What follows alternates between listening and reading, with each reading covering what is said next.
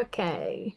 Um, does anyone want to me to pick on them and ask them a question, or do people want to jump in? There's also no pressure. Feel free to keep your camera off, keep your mic off, talk by the chat if you don't want to jump in. If anyone wants a question, then please feel free to shout out, or I can throw them out to the group and anyone that's feeling brave. It's a very, very safe space. I can't emphasize that enough. So any answer is we're excited for.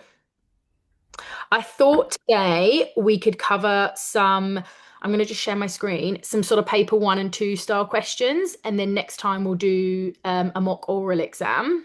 Yeah, I Uh, think we've got two mock orals scheduled. great. So we've got Perfect. we've got two we can squeeze in before the actual exam. So this session might seem a little bit heavy because I've put some pathophys in, but I think it's important to cover. And like Anna said, then we can discuss the depth of pathophys that we need. So hopefully everyone finds it fun. How many slides have you got, Helen? I thought five that we could get through, Great. Okay, I'm going to be timekeeper. and then sort of 10, 12 minutes. Great. Okay. First question, as we didn't cover it in our tutorials, is going to be about canine pericardial effusions. So first question is define and outline the pathophysiology of cardiac tamponade. If anyone wants to be picked on, or if anyone wants to take that question, I can have a crack. go for So, it. cardiac tamponade is basically a fusion in the pericardial sac surrounding the heart. It has very poor compliance, so it can't handle large volumes. If it happens slowly, our compensatory mechanisms might be able to interact and help, but typically it happens quite quickly, and it basically stops the ventricles able to fill due to the pressure on them. The right ventricle is affected more because it's less muscular. And so, therefore, if we're going to see signs of failure, we see signs of right sided heart failure basically first. We can get bi because obviously it can affect both ventricles. And so, yeah, we normally see like our jugular distension, ascites, but we normally see them collapse well before that because they've got fluid in there, like they kind of can go hypovolemic, I guess, as well. But main thing is the decrease in cardiac output. Excellent. So why do they collapse? Because primarily is it because of the decrease in cardiac output due to the inability for the ventricles to fill and therefore give systemic blood, basically. So you have systemic vascular resistance is going to. Mm-hmm. They go into the cardiac tamponade and the heart sort of going like that. So it's not really working effectively, isn't it? Which is effectively reduced cardiac output, but yeah, Yeah. just can't work like it should. Yeah. Would you So, say that the pressure in the pericardial space will overwhelm or be stronger than the pressure in the right atrium? Yeah. That's a very good point too. And your answer was great, Katie. That's a very good point to highlight. You said it, but just really saying to define, because we're going to look at the words that they use. So here I've used the words define. So if we're going to define it, the pressure in the pericardial sac is going to exceed the pressure in, particularly like you said, in the right side of the heart first. Everything you said was perfect. So that we're going to have diastolic. We're not going to have any filling when that pressure exceeds. Perfect. Great answer. Katie, you're very welcome to go again on this if you'd like. Outline how to safely perform pericardiocentesis in the dog. Or anyone else jump in if you'd like. More to what's going to happen, you're going to get a high protein ascites forming because of the back pressure in the portal part of the body. And then there'll be so that eventually there'll be forward failure as well. So tachycardia is going to occur. And if it starts to beat too fast, it's not going to circulate properly.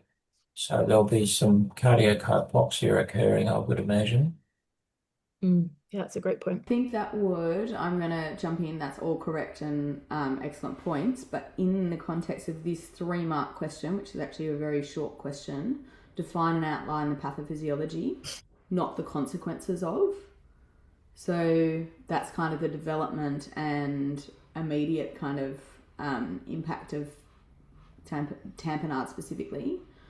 I probably would allocate at most like 1/4 of a mark to consequences. If I didn't ask for them specifically, I probably wouldn't actually allocate any marks.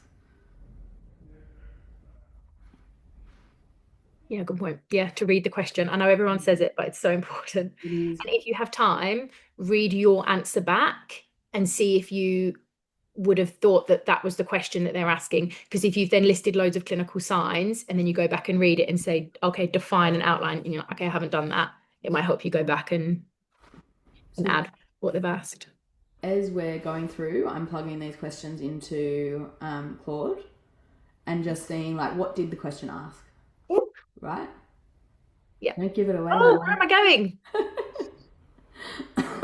Okay, with the pericardiocentesis, so normally we want our dog external, and we want to go on the aim to the right side.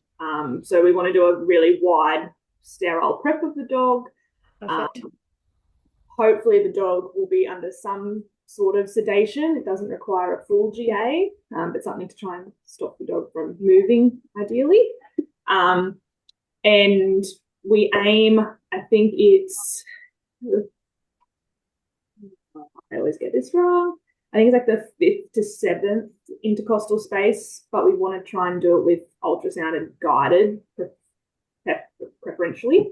We can either use a spinal needle, depending on the size of the dog, or we do a over the needle catheter, gauge 22 probably. Or no, 20, it's a bit bigger, like a 20 to 18 maybe. We want to obviously try and avoid our big vessels.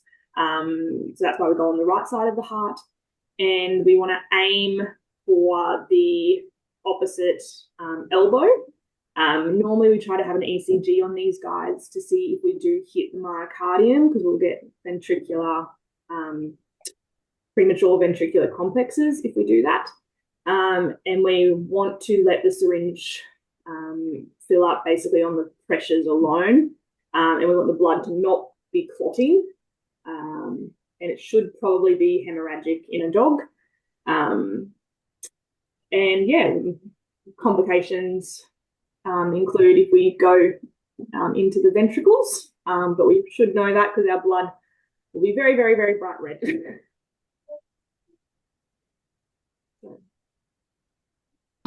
What's the other marker of the being blood directly from the ventricle? Bright red and? It'll be quickly pulsating and it should clot. Should clot, that's the one. That's why we check if it's clotting. So I was just double checking you knew why we did that. Excellent. Amazing.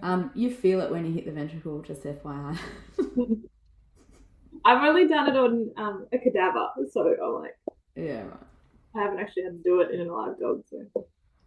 So the reason I put the marks on these example ones is I was counting up as you did, and you got 8 marks. Try and think in your head, like, okay, I'm going to give the how the patient is. So left lateral would also be an appropriate answer, or sternal. You're going to say where the right side so that we can avoid the large vessels, like you mentioned, the equipment that you need. You could also mention the syringe, the 3-way tap, and the extension tubing, and an EDTA tube and a sterile pot if you wanted to be fancy. But try and think of 8 things in your head and make sure when you answer that, you've got 8 points. The ECG is really important. And the only other thing you could add would be a pre-drawn up lignocaine bolus. If you did see ventricular arrhythmias, it would be appropriate to have a bolus pre-drawn up. Yeah, your answer was great though. Anna, you're muted. Thanks. I often use a 16 gauge catheter. I like it big. Yeah, I want to make a hole in the pericardium so it can drain. Great. An 8-year-old Maldisex Kelpie has 450 mils of, I went really big there, of hemorrhagic effusion drained from his pericardium. Outline and justify any further diagnostic tests you wish to perform, which may help you determine the origin of the effusion, and give 2 limitations of pericardial fluid cytology.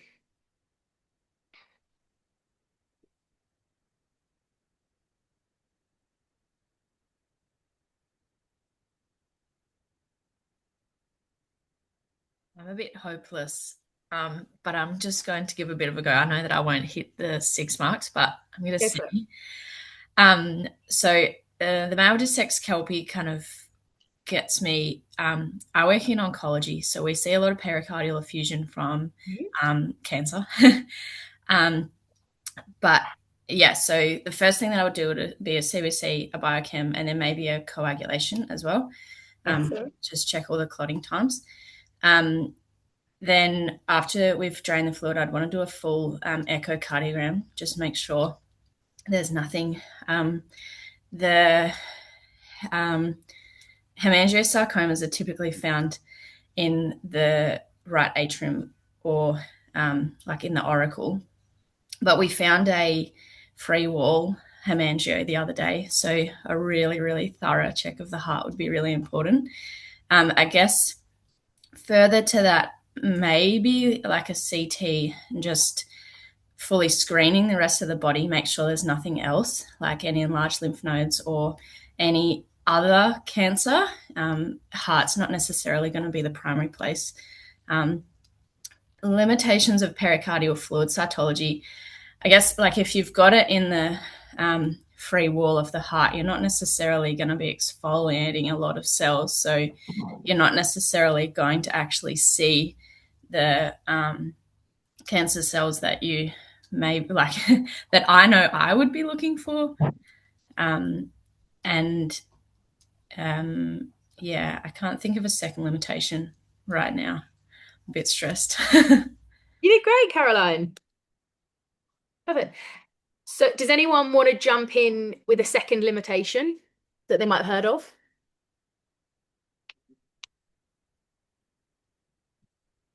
Could you say that sometimes it's difficult to differentiate between mesenchymal cells and reactive mesenchymal cells? Is it not mesenchymal? Close. Like of the pericardium, inner Mesothelial, pericardium, yeah. mesothelial, that's right. Yeah. And cancer cells that have cancer properties. Yeah, perfect. Yeah, so 2 big important limitations. Like Caroline said, a lot of the neoplasias exfoliate really poorly. And secondly, you're going to get a lot of reactive mesothelial cells that are so reactive they look neoplastic. So pathologists hate calling it. But you could definitely still list pericardial fluid cytology as a diagnostic test. And then importantly, like Caroline said, echo is going to be really important, looking for right atrial or any location hemangiosarcoma or chemodectoma. CT is really appropriate, Caroline, because sometimes we don't even see the mass on echo, but they might have a splenic hemangiosarcoma, or they may have mets somewhere else. So abdominal ultrasound for that reason would be important. You could have CT for that reason. You could have thoracic radiographs because you still may see a mass in there. CBC and biochem, kind of for anything you're going to get. This does say justify, so you could always just add on Y. And coags is perfect. Do you have anything to add, Anna? I just say PCV on the pericardial effusion. So sometimes non-hemorrhagic effusions actually look quite hemorrhagic grossly. And cytology on non-hemorrhagic effusions is very diagnostic. So if the PCV is under or significantly under what the systemic PCV is, then I definitely think it's worth doing cytology in that context. Less than 2% of pericardial effusions are non-hemorrhagic, and this question says specifically hemorrhagic, so it's not so much of an issue, but it's like PCV is such an easy thing to do. Do you think that's more of a cat thing, Anna? Non-hemorrhagic pericardial effusions? No, we get them often with chemodectomas actually. Oh, interesting. Okay. Yeah, so just because they're not rupturing, they're just like creating a space between the pericardium and the heart that the body fills spaces with fluid. So yeah. Makes sense. That's 13 minutes. Great. Okay. Uh, Any burning questions? ECG might help. Mm. Chemodectoma causes a classical arrhythmia, and I can't remember which one it is. Oh, what does it cause? I've actually forgotten. I saw a dog, a bulldog, bulldog in Wagga with that, and the referring vet's ECG plus the presentation of collapsing put me right onto the diagnosis, and I can't remember what the abnormality is now. Okay, we will have to Google that. Or That's maybe Anna. interesting. We see a lot of chemodectoma. We do radiation, and we see a lot of chemodectomas incidentally while we're screening for other things, and we don't see that many ECG changes. But I wonder if it's because our machine doesn't work as well as it probably should. We also, right-sided cardiomegaly will result in ECG abnormalities, but not an arrhythmia. So it might be that there was an ECG change without there being an actual arrhythmia. But I just Googled, I asked Claude, and there's no specific arrhythmia. Apart from that, these happen so much more commonly in brachycephalic dogs, and they often have a sinus arrhythmia because of their upper respiratory obstruction. That's the only link I can find. Awesome. Okay. We're going to stick on a little bit more cardio because that's what we've just been on. State the mechanism of action of clopidogrel. Every medic's favorite drug.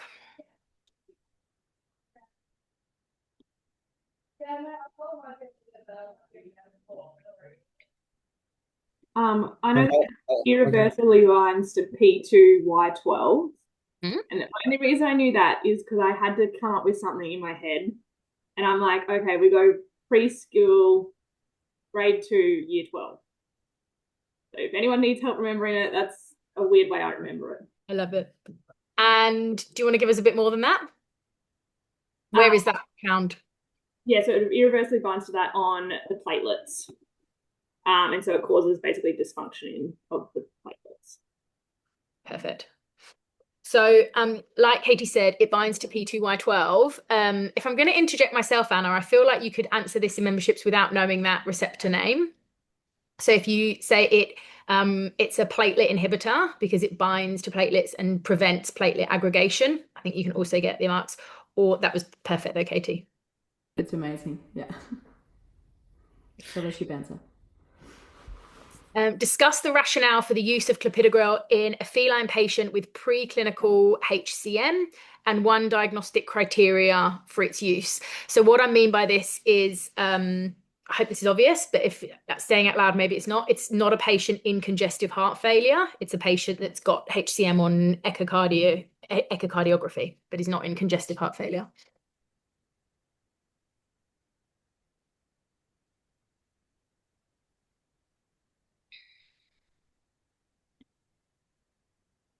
Have you done an ECG? Oh, not ECG, an echo and seen that there's thickened ventricles? Yeah, so in the exam, if it says something like that, you can assume that it's been appropriately diagnosed as having HCM. I know that we give it so that to prevent clots forming. Yeah. Right.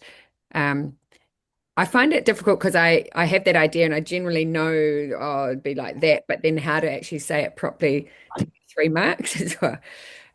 So we're giving it, so saying why we're giving it is definitely going to be 1 mark. So we're giving it to reduce the risk of thromboembolic disease. So perfect, that's 1 mark. The next thing I would say is why that patient is at risk of thromboembolic disease. Because the ventricles or the left ventricle becomes so thickened, you can get stasis going back into the through the mitral valve, like the left atrium gets really big through that pressure, and then you get that stasis there and turbulence, and so you're more likely to get clots forming in there.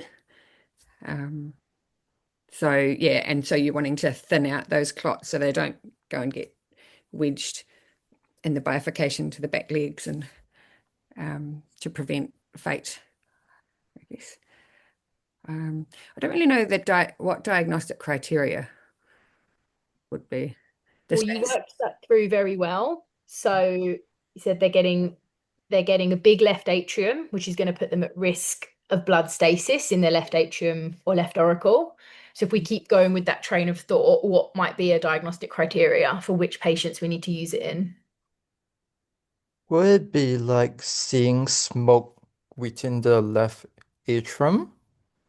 Because the smoke comes from stasis and turbulence of the blood flow within the atrium? Perfect. Yeah, that could definitely be one. So by smoke, we're meaning echogenic blood flow. So you can literally see the blood whirling around in the left atrium. Yeah, perfect. Anything else? Enlarged left atrium and decreased fractional shortening of the left atrium.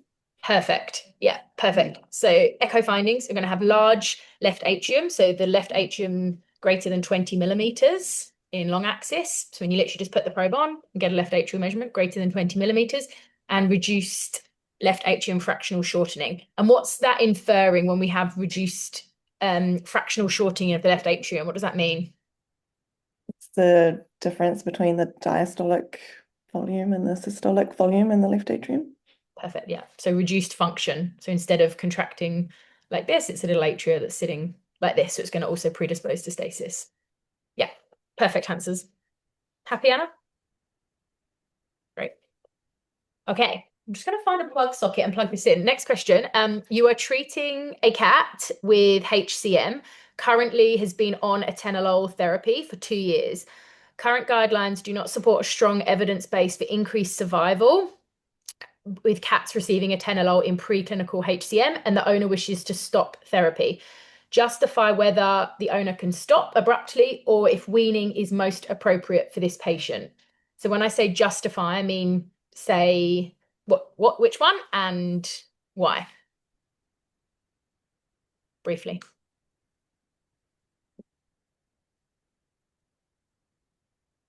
Is this a mean question, Anna? I think 4 marks is probably a lot. Okay. I'd probably give this one 2 marks. Okay, we could do it in 2 marks. Just as far as the weight of this question, like it's quite.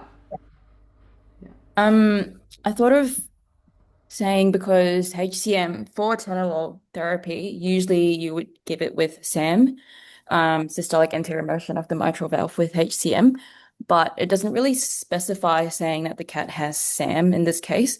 So I don't really know why it's on atenolol. Maybe it does have a left ventricular obstruction, and that's why you put it on atenolol. And I think there was that paper that says like 5 years of atenolol doesn't increase survival times with using that drug specifically for SAM and HCM. But I think weaning would be ideal because it could cause hypotension, like it could cause an abrupt change in systolic sort of like blood pressures. So yeah, I think weaning would be, yeah, because basically it's a beta blocker and it results in hypotension. And if you wean it too quickly, then there might be some disturbances of the systemic blood pressures. I think that's what I would say. But yeah, that's perfect. Very well thought through. So like Rachel said, a beta blocker, we are going to wean it and we can get disturbances like a rebound hypertension. Does anyone know why that happens? Like, why don't they just go back to baseline? Why might they get hypertensive, not just be normotensive? Is it because of the you've got tolerance built from the medication, so you got more beta receptors available? Gold star. Yeah, perfect. So you with chronic beta blocker administration, you'll see, like, I'm sure you all see a lot of cats that have been put on atenolol, even though we don't really prescribe it that much anymore. You will get increased hypersensitization of your beta-1 adrenoreceptors. So if you abruptly withdraw atenolol, all of the circulating catecholamines are going to be able to have more of an effect than that patient's baseline, like Julian said. So it's going to be cause some rebound impacts. Yeah, perfect. Does that make sense to everyone? Great. Awesome. Thanks for jumping in, Rachel. That was great. Okay. Does anyone want to do more cardiac, or should we move on? How much time have we got? Yeah, half past. Oh, you're mute, Anna. Sorry. Halfway through. Sorry, I'm coughing. I don't want to cough in all your No, ear. you're fine. Should we do one more cardiac, or should we move on? What do you reckon, Anna? Go on. You're still muted. Sorry. I'll I go was on. trying to do sign language. Okay. Go on and then come back to Let's this go one. to a different theme and then come back to DCM. Excellent. Okay. Yeah. Outline the mechanism of action of velagliflozin, whatever, Semvelgo, regarding its licensed use in feline diabetics. An SGLT2 inhibitor, so it inhibits in the proximal renal tubules, it blocks glucose being resorbed, so you're peeing it all out. So I don't know if it's good enough answer for 3 marks, but yeah. And the reason that you don't go really hypoglycemic is because there's an SGLT1 inhibitor that lets some be reabsorbed. Perfect. I think that is because even though it sounds like 3 marks is a lot, by the time you state the class of drug, where it acts, and its main effect, that's 3 marks. Awesome. So I think that's perfect. So you just need to state SGLT2, proximal tubules, and blocks the resorption of glucose. And then you got a bonus point because you said about the SGLT1, which is going to be relevant in the next question. Discuss the benefits versus risks of Semvelgo use in feline diabetics. Your answer should state at least 2 benefits and at least 2 recognized risks/side effects of its use. Should I go, or does someone else want to have a turn? Go for it. So a couple of the benefits are that it's fairly easy to give. You can like mix it in their food, so their owner compliance. It's once a day, and also you're not gonna get that risk like you have with insulin of them crashing and going too low, hypoglycemic. So that's your benefits. Your risks are there's also SGLT2 inhibitors in the gastrointestinal tract, and so they can get some gastro signs and things with it, and so you wouldn't want to give it to like a skinny cat, and they keep losing weight because they get a bit of diarrhea. And I can't think of a second side effect. It's mainly the diarrhea that I can think of. What else? But I don't know. That was good. That was really good. Yeah, so diarrhea is a really important one. When you say it's easy to give, this sounds so obvious, but state the route. So state the cause. Yeah, yeah, perfect. Yeah. Does anyone else want to jump in with a risk? Yeah, the big risk for them is euglycemic DKA or ketone ketosis, basically, because the main role of this is that they have residual beta cell activity. And so if a cat has not got enough beta cell activity to get enough insulin for their metabolic needs, they will still reach for ketosis and lipidolysis, even though their glucose remains normal because they're peeing it out. And so that's the big risk. Yeah, perfect. Yeah, well explained, Katie. So you need patients to have some residual beta cell insulin producing capacity. And the idea being that we're just bringing down the toxic effects of the hyperglycemia that are really toxic to the beta cells to allow the beta cells to wake up and start producing enough endogenous insulin for itself. If you've got a cat that's got beta cell atrophy to the point that the beta cells have actually necrosed and died, that cat's not going to be able to have enough endogenous insulin production. So euglycemic DKA, like Katie said. Perfect answers.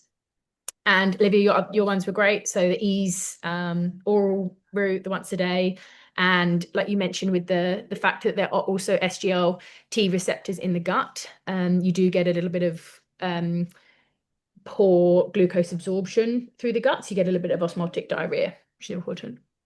Cool. Great. The DKA thing is like, oh my God, that's the big thing. That I can't believe my brain is.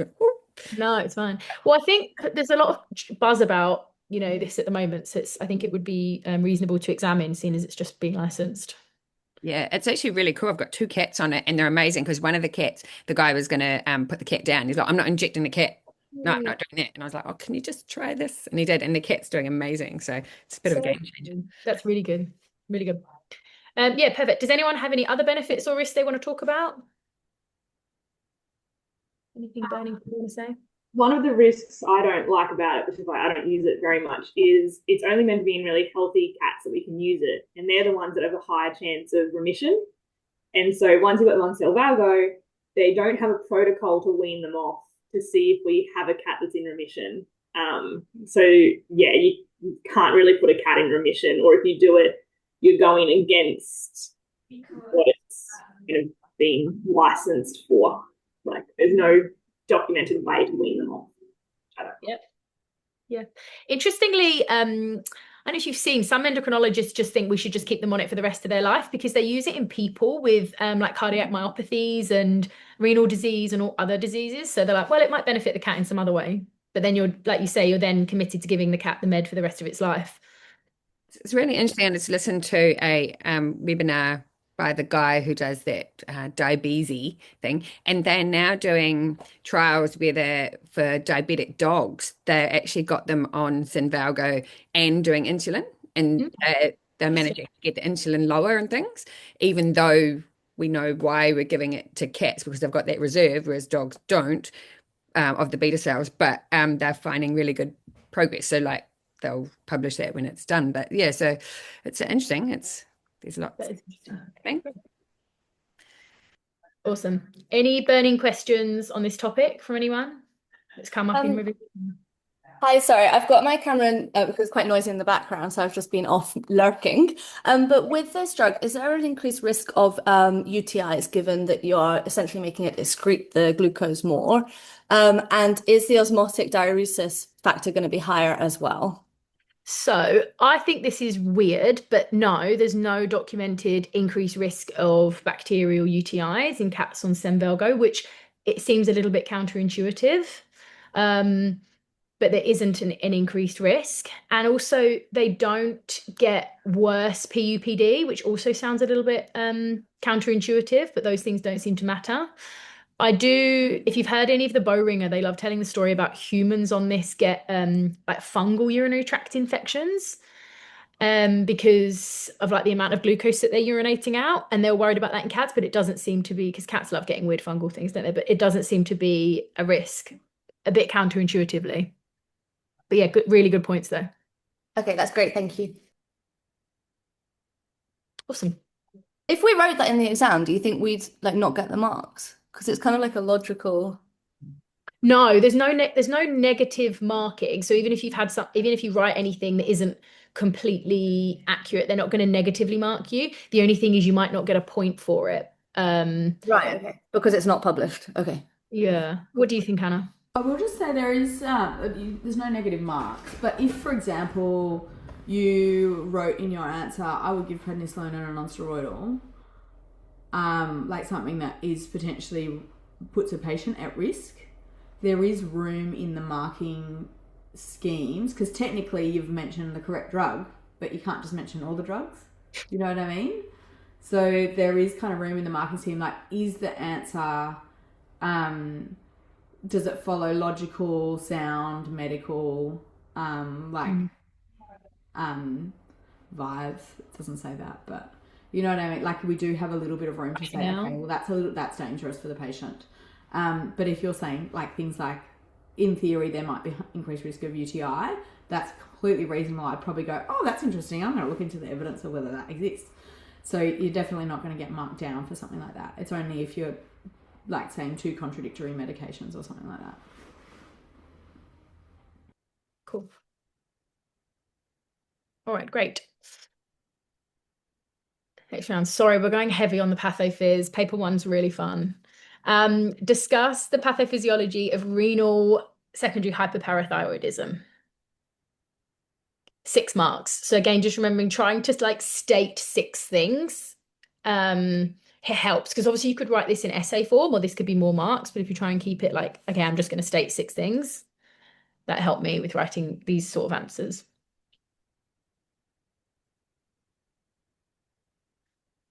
I know it's a horrible question. I'm just going to have a go. Go. I'm going to be able to do it, but or if I even know it. But so the pathophysiology of renal secondary hyperparathyroidism, I think it's as a consequence of hyperphosphatemia initially due to decreased renal excretion seen in CKD. That will then trigger the parathyroid hormone to be released from the parathyroid gland, and that will lower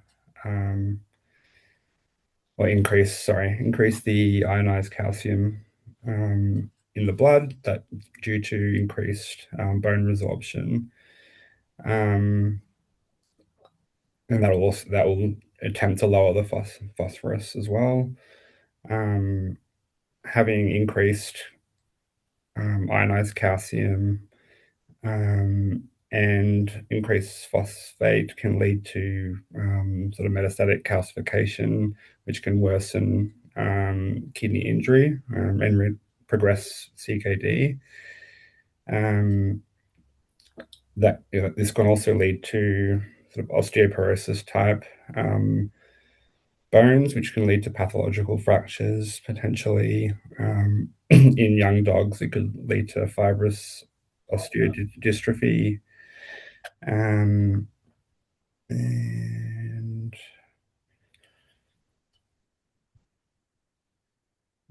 yeah, you also get increased activated vitamin D released from the kidney due to increased parathyroid hormone, and increased gut absorption of calcium as well, which can worsen the effects of hypercalcemia. Hypercalcemia can also lead to sort of issues with, I think, neuronal firing and lead to muscle weakness potentially as well. I think that's everything I've got. Yeah, perfect. You got you get 6 marks, everything you said. It's perfect. Great. Does anyone want to add anything? There's a couple more things. You don't need to add everything to get 6 marks. There's a couple of other things you could add in. That's a question. Yeah. Well, you had decreased vitamin D excretion from the kidneys because you got decreased like functioning nephrons, decreased like alpha-1 hydroxylase, so decreased vitamin D, and also decreased vitamin D because you've got high phosphorus, and so you don't want to have more phosphorus absorption from the gut, so you kind of get decreased vitamin D, and then that usually vitamin D has a negative feedback on the PTH, so you kind of lose that, and then you get increased PTH release as well.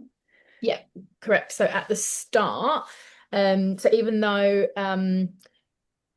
Eric's answer is technically correct in that you do get upregulation of your calcitriol production, it's ineffective because you've got, so our vitamin D, as we hopefully all remember, is converted to calcitriol in your functional renal tissue. So if you've got chronic renal disease and less functional renal tissue, your calcitriol is going to go down.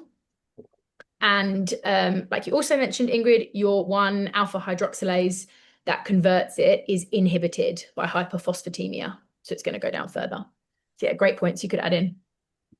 The calcium is actually seen as kind of low by the body because the phosphate binds it. And so that's what triggers the initial increase in PTH, because the PTH thinks that the calcium's low and the phosphate's high, just because of the binding. And that kind of starts the whole.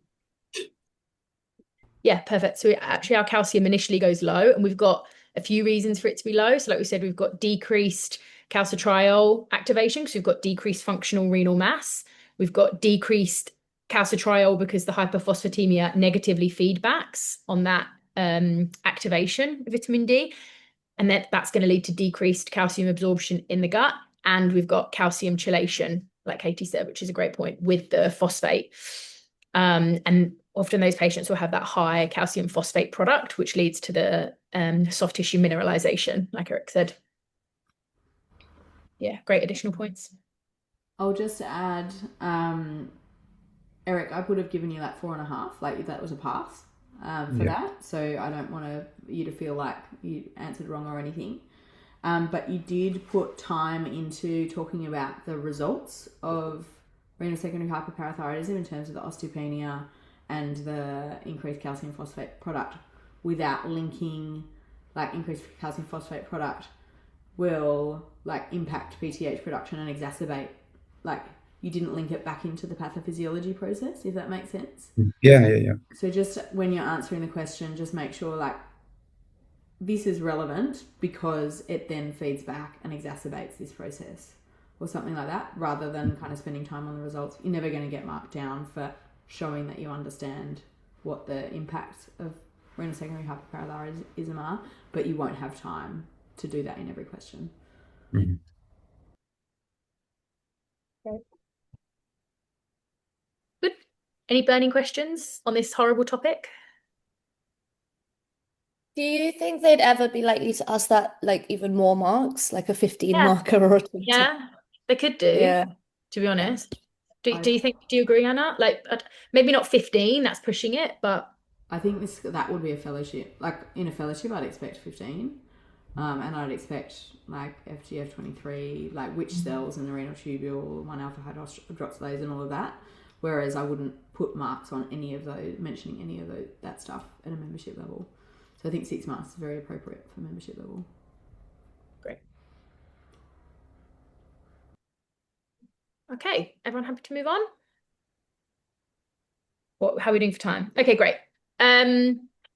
Explain the difference in pathophysiology of red blood cell production between extra and intravascular hemolysis in the dog.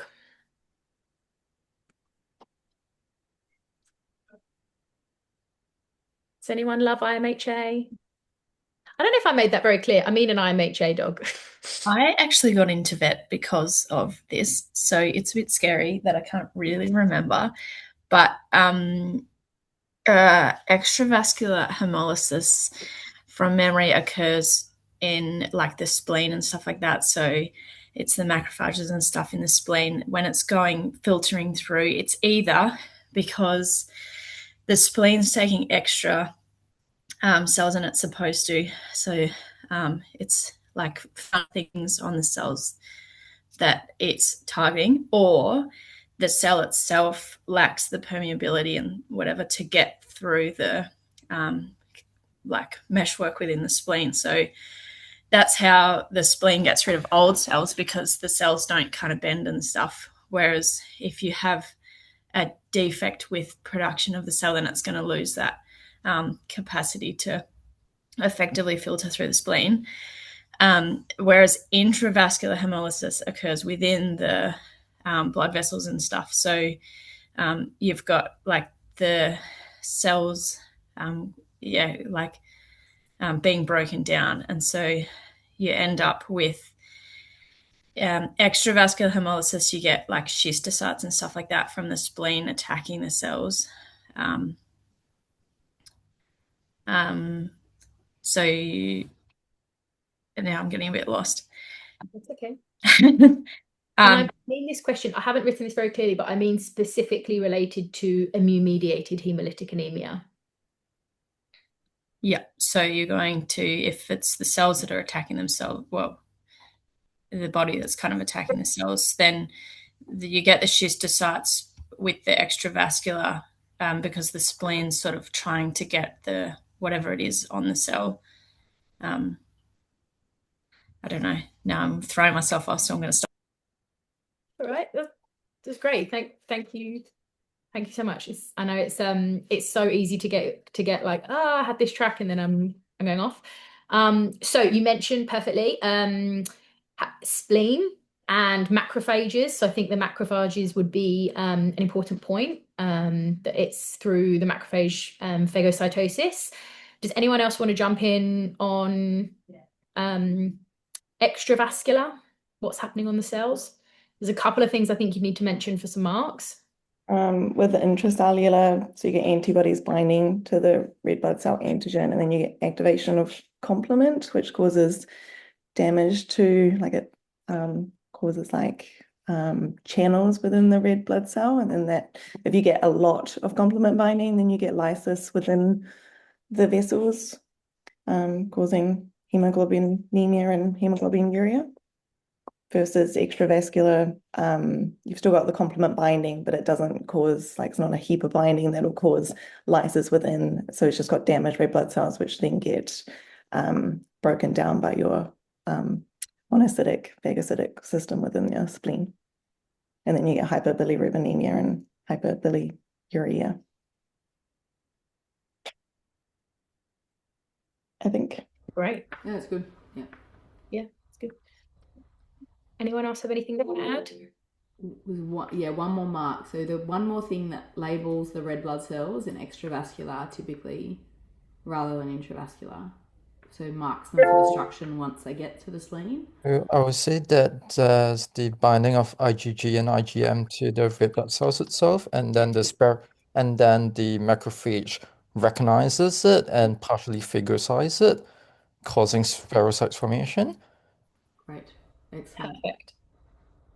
Could you also include the autoagglutination that increases your splenic macrophage uptake as well?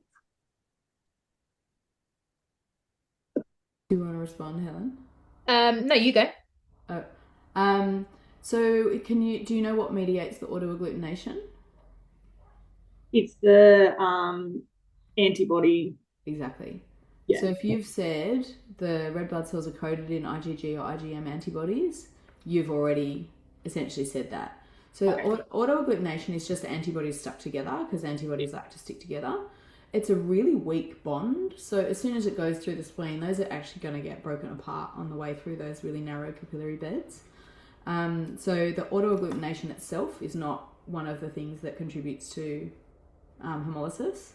It's the fact that there's antibodies on the surface that causes autoagglutination that allows us to predict that there's antibodies on the surface. Okay. Yeah. Perfect. Anyone have anything else that burning they want to add? Or would like to list the two ways in which the results of diagnostic tests may vary between extra and intravascular hemolysis in IMHA? We kind of touched on this.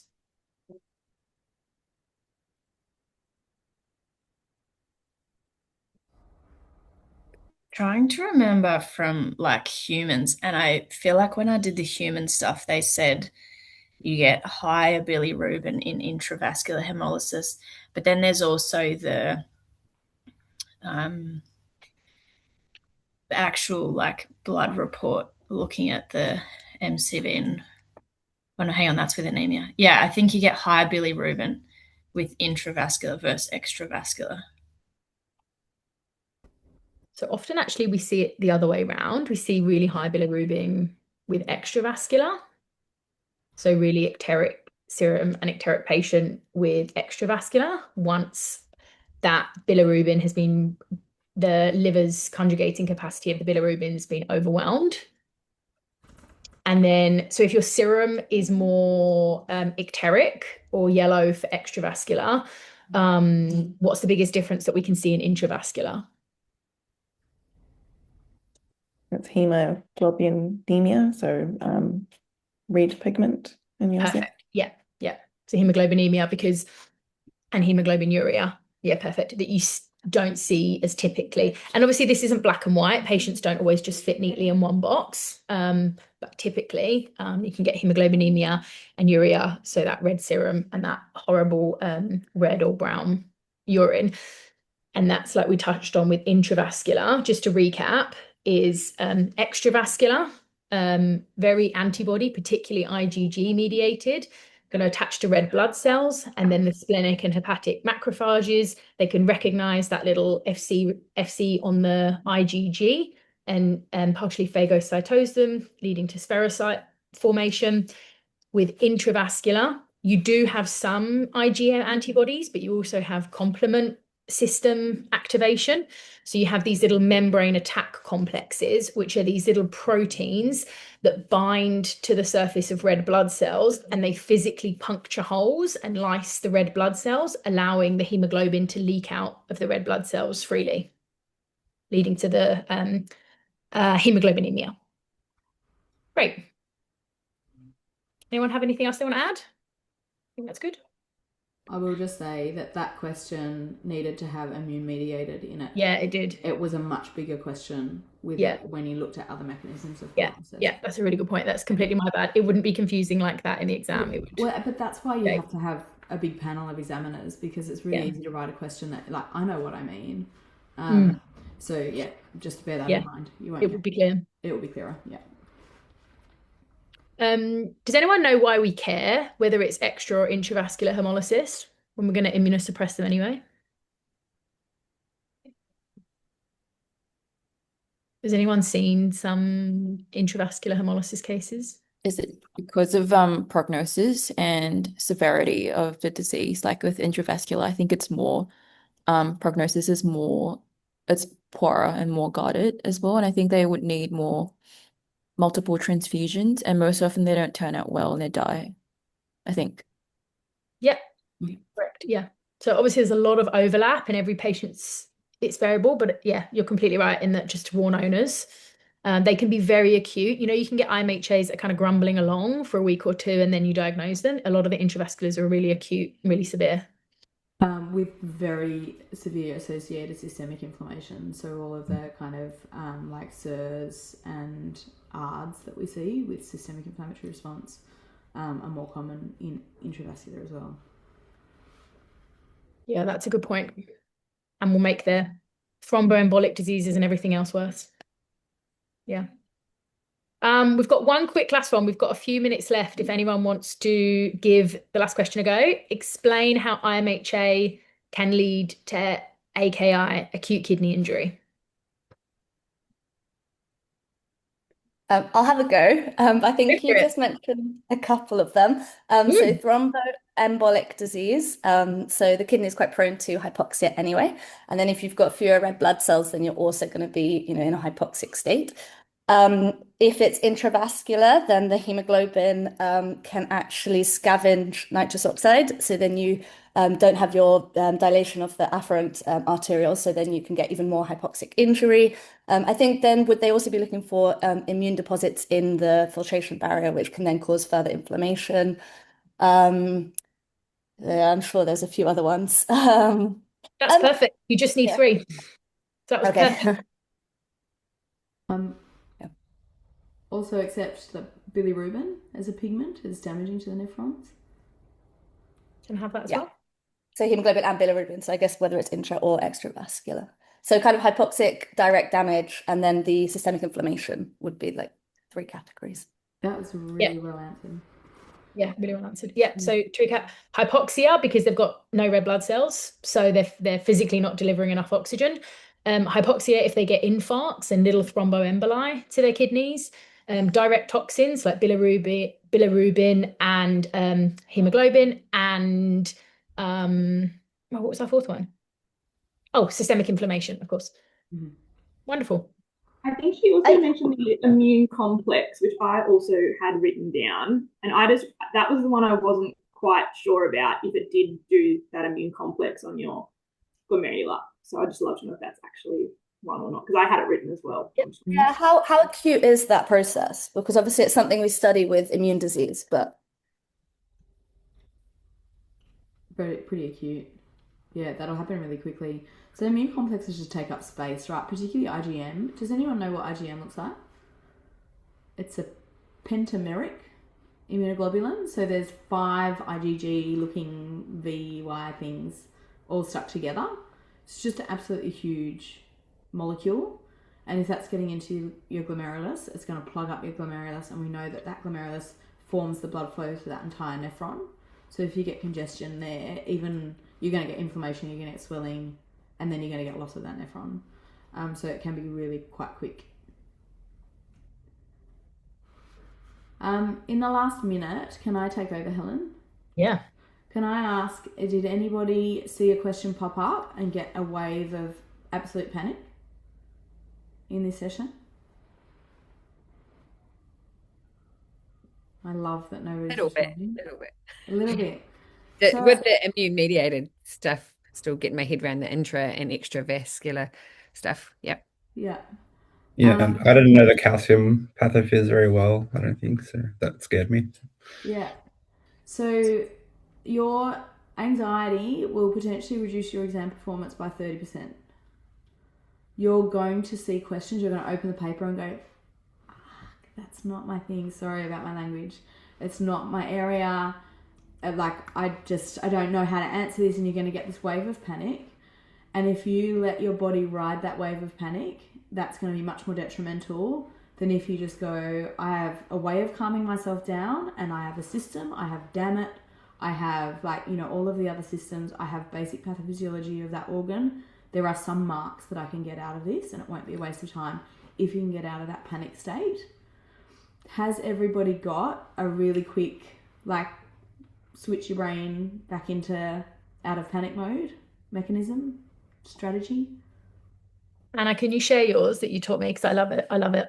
Yeah, I've got a few. So I'll tell you the one that I find in this situation, and when my kids say inflammatory things and stuff.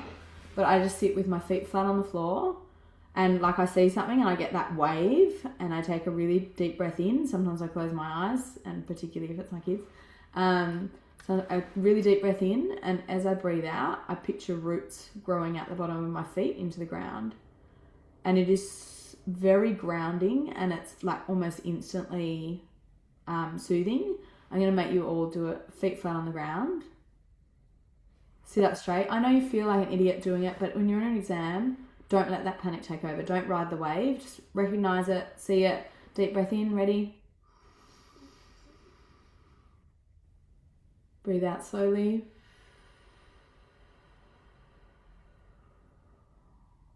And picture those feet solid in the ground.